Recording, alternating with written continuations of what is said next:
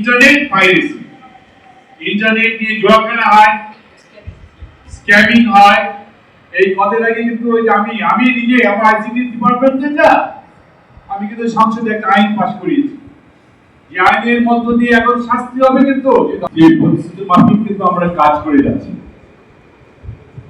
আমাদের মাননীয় প্রধানমন্ত্রী একের পর এক নির্দেশ দিয়ে যাচ্ছেন আমাদেরকে, এবং সেই অনুযায়ী আমরা কাজ করছি। এবং উনি নিজে থেকে যেভাবে ফ্যামিলি কার্ড দিয়েছিলেন, আগামীকাল ইনশাল্লাহ আমরা ভাগ্যবান টাঙ্গাইলবাসী যে এই কৃষক কাজটা উনি টাঙ্গাইল জেলাকে পছন্দ করে এখান থেকেই উনি কৃষক কার্ড বিতরণ করা শুরু করবেন।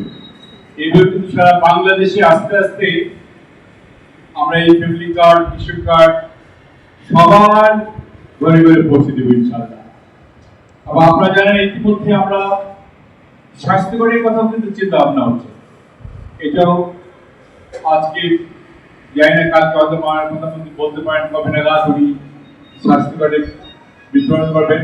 ওটা ওনার যে কোনো সময় উনি এটারও উদ্যোগ নিয়ে উনি স্বাস্থ্য কার্ডের বিতরণ করবেন। আপনারা ইতিমধ্যে শুনেছেন যে আমি আমাদের এই মন্ত্রণালয় থেকে, বিশেষ আইসিটি এবং টেলিকম মন্ত্রণালয় থেকে আমাদের মাননীয় প্রধানমন্ত্রীর নির্দেশে আমরা বড় বড় স্টেশনগুলিতে, এয়ারপোর্টগুলিতে, ইভেন ট্রেনগুলিতে, যেসব ট্রেন কক্সবাজার যাচ্ছে, চুরং যাচ্ছে, সিলেট যাচ্ছে, আমরা কিন্তু ফ্রি ওয়াইফাই দিয়ে দিচ্ছি, যেটা আমার মন্ত্রণালয় করে। আমাদের ডাক, টেলিযোগ এবং আইসিটি মন্ত্রণালয় থেকেই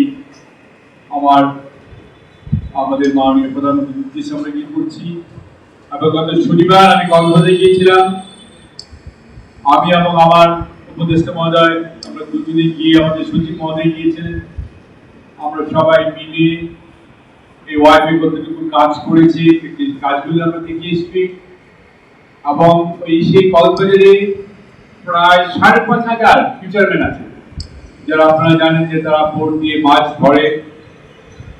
একটা হিন্দুকমের আছে, মানে 10 কিলোমিটার কিছু কিছু বোট যায়, কিছু কিছু 20 কিলোমিটার যায়, কিছু কিছু 20 কিলোমিটার বাইরে যায়। কিন্তু তাদের এই বোটগুলির কোনো কানেকশন নাই শহরের সাথে। কোনো বিপদে পড়লে, কখনো কোনো ডাকাতি হলে বা কোনো দূর থেকে পড়লে তারা কিন্তু কোনো যোগাযোগ করতে পারে না।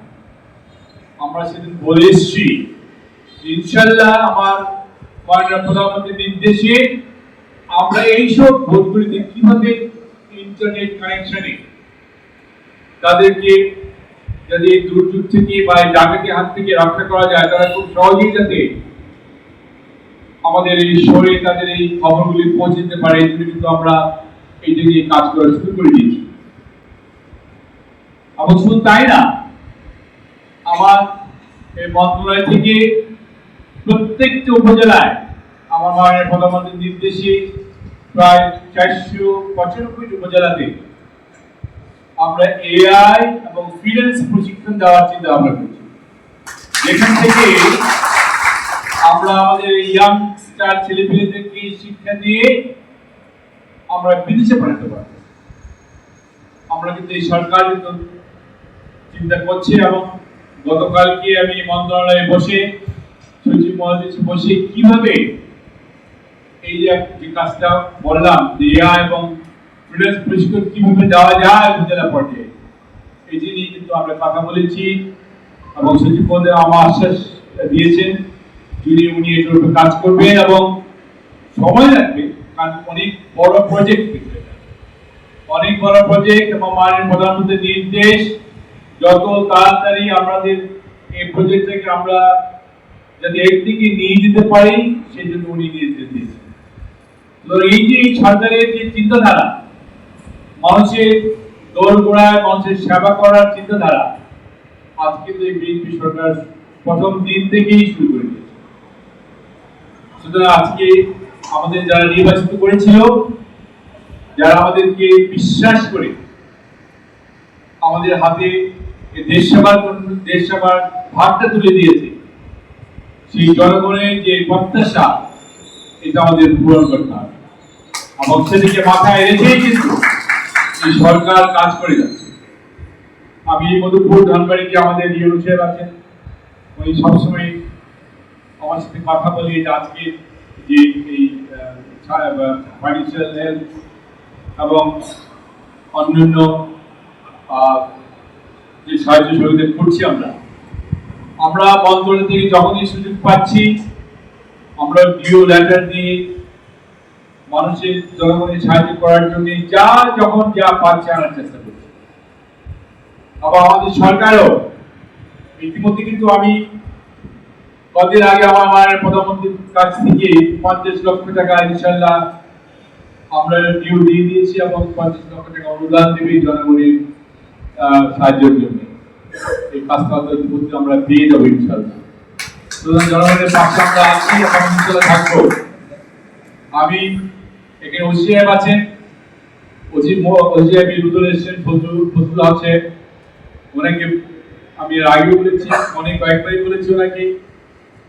এই মধুপুরে কিন্তু আইন শৃঙ্খলা যাতে ঠিক থাকে, মানুষের মধ্যে একটা প্রশান্তি যেতে থাকে, জনগণ যাতে বুঝতে পারে যাদেরকে ভোট দিয়ে নির্বাচিত করেছি সেই সরকারের কাছে আমরা নিরাপদ। এই কথাটা কিন্তু আমরা নির্বাচন আগে অনেকবার বলেছি জনগণকে, এবং জনগণকে কিন্তু আশ্বাসও দিয়েছি আমরা যে আমাদেরকে নির্বাচিত করবেন, ইনশাআল্লাহ মধুপুর কাছে ভালো থাকবে। আজকে আমরা তখন যে স্লোগান দিয়েছি সেই স্লোগানের বাস্তবায়ন আমরা দেখতে চাই, জনগণ দেখতে চায়। সুতরাং ওসি সাহেবকে বললো আমার ইউনো সাহেবের সাহায্য সহযোগিতায় আপনি দয়া করে, এই মধুপুরে কিন্তু প্রচুর ব্যবসায়ী আছে, এই ব্যবসায়ীরা নিরাপদে ব্যবসা করতে চায়, তাদের দোকানপাটে তাদের ব্যবসায়ীকে যেন কেউ কোনো অবস্থাতেই তাদের বিরক্ত না করে, চাঁদাবাজি না করে, কখনো যাতে তাদের কাছে গিয়ে কোনো এক্সটর্শন যাতে না করে। এটা কিন্তু আমি আমাদের ইউনো শেখ, জোয়াল শেখ এবং সবচেয়ে বেশি আমি আমাদের ওসি সাহেবকে বলবো, এবং ওনার যেখানে পুলিশ বাহিনী আছেন এবং প্রশাসন আছেন তাদের সবাইকে বলবো দয়া করে, আমি কিন্তু হাইয়েস্ট প্রায়োরিটি দিচ্ছি। আমি আবার বলছি, আমার হাইয়েস্ট প্রায়োরিটি এই মধুপুর জনগণকে নিরাপদে রাখা। এটা মাথায় রাখবেন। আমি কিন্তু এই জন্যই কিন্তু আমি আমাদের ইউনো এবং আমাদের ওসি সাহেবকে মাঝে মাঝে ফোন করে জিজ্ঞেস করি যে আমার জনগণ কেমন আছে। জনগণ ভালো থাকবে, আমরা ভালো থাকবো। এবং আমি আজকে আপনারা এখানে যারা প্রশাসন আছেন এবং পুলিশ ফোর্স আছে সবাই দুজনকে বলবো, আপনারা দয়া করে আমাদের এই সরকারকে সাহায্য সহযোগিতা করবেন। আপনাদের কোঅপারেশন চাই, আপনারা কোঅপারেশন করলে আমার এই মধুপুর কাজ ভালো থাকবে।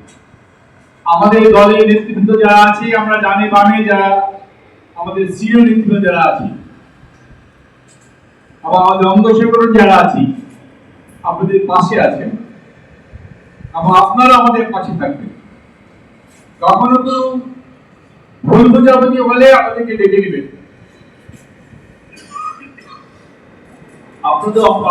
আপনাদের কাছে আমরা যাব, সমঝোতা করতে হবে, ইন্টারঅ্যাকশন থাকতে হবে, আমাদের বসে বসে কথা বলতে হবে। আমি যেন কোনো গ্যাপ না দেখি আমাদের নেতাদের মধ্যে এবং প্রশাসনের মধ্যে, কোনো অবস্থাতে কোনো গ্যাপ না, কেউ যেন কোনো গ্যাপ সৃষ্টি করার চেষ্টা না করে, এগুলো মাথায় রাখতে হবে। তো আমি আর বেশি কথা বলবো না। আমি আবারও আমাদের ইউনো শেখ, জুবাই সাহেবকে ধন্যবাদ দিচ্ছি। আপনার এই মধুপুরকে নিরাপত্তা দেওয়ার দায়িত্ব আপনাদের। আমরা প্রশাসন, পুলিশ প্রশাসন, আমরা যারা বিএনপি করি, মাদকের কথা আসছে যে আমার এক নেতা নাসির সাহেব বললেন মাদক নিয়ে কোনো কম্প্রোমাইজ নাই। এই কদিন আগে আরেকটা ব্যাপার আছে মধুপুরে যেটা শুনি, এই যে ইন্টারনেট পাইরেসি, ইন্টারনেট নিয়ে জুয়া খেলা হয়, স্ক্যামিং হয়। এই কদিন আগে কিন্তু আমি নিজে আমার আইসিটি ডিপার্টমেন্ট থেকে আমি কিন্তু সংসদে একটা আইন পাস করিয়েছি যে আইনের মধ্য দিয়ে এখন শাস্তি হবে, কিন্তু যে ধরা পড়ে যাবে না।